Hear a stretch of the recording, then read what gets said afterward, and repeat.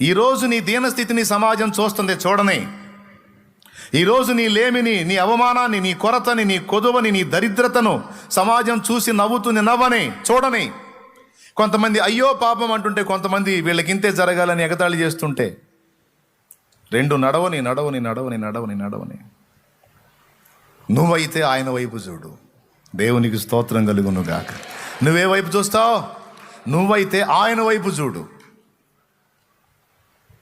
ఈ సన్నివేశాలు జరగాలి, అంతే, జరగని. నవ్వేవాళ్ళు నవ్వాలా, నవ్వని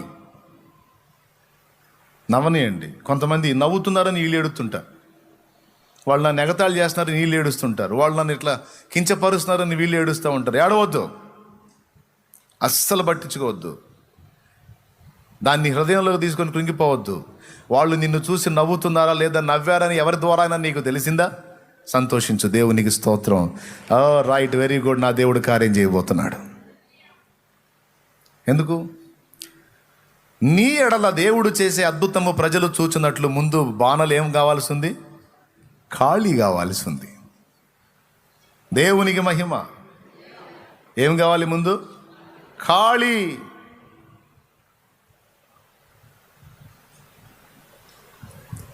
పూర్తిగా ఖాళీ, ఏం లేదు ఇక. కొంతమంది పరిస్థితి అంతే ఉంది. ఏముందన్నా ఏం లేదు, మొత్తం ఖాళీ. టోటల్ లైఫే కొలాప్స్, జీవితమే ఖాళీ అయిపోయింది.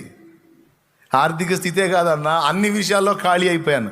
డోంట్ వరీ, అన్ని విషయములలో నీవు నింపబడినట్లు దేవుడు నిన్ను ఖాళీ చేయని. నీ ఆర్థిక స్థితే కాదండి, ఆర్థిక స్థితిని ఆశీర్వదించడానికి ఆర్థికంగా ఖాళీ అయిపోద్ది. అలాగే వ్యక్తిగతంగా నిన్ను ఆశీర్వదించి అనేకులకు దీవెనకరమైన పాత్రగా నిన్ను చేయడానికి దేవుడు నిన్ను కూడా ఖాళీ చేస్తాడు. వట్టి పాత్రగా అయిపోయేటట్టు అనుమతిస్తాడండి. నీ జ్ఞానం, నీ తెలివితేటలు, నీ పాండిత్యం, నీ పనితనం, టోటల్ అన్నీ ఏది ఉపయోగించినా బుస్సే. చివరికి అన్నీ, ఒకప్పుడు నీ తెలివితేటలు, నీ జ్ఞానం, నీ పాండిత్యం, నీ మేధస్సు అన్నిటిని చూసుకొని మనం కాస్త పర్లేదని కాలర్ ఎగరేసిన నీకు, నీ తెలివితేటలు చూసి నీకే సిగ్గొచ్చేటట్టు చేస్తాడు. చివరికి అన్ని విషయాలు విరిగిపోయేటట్టుగా దేవుడు అనుమతిస్తాడు నీ లైఫ్లో. ఇది నిజం.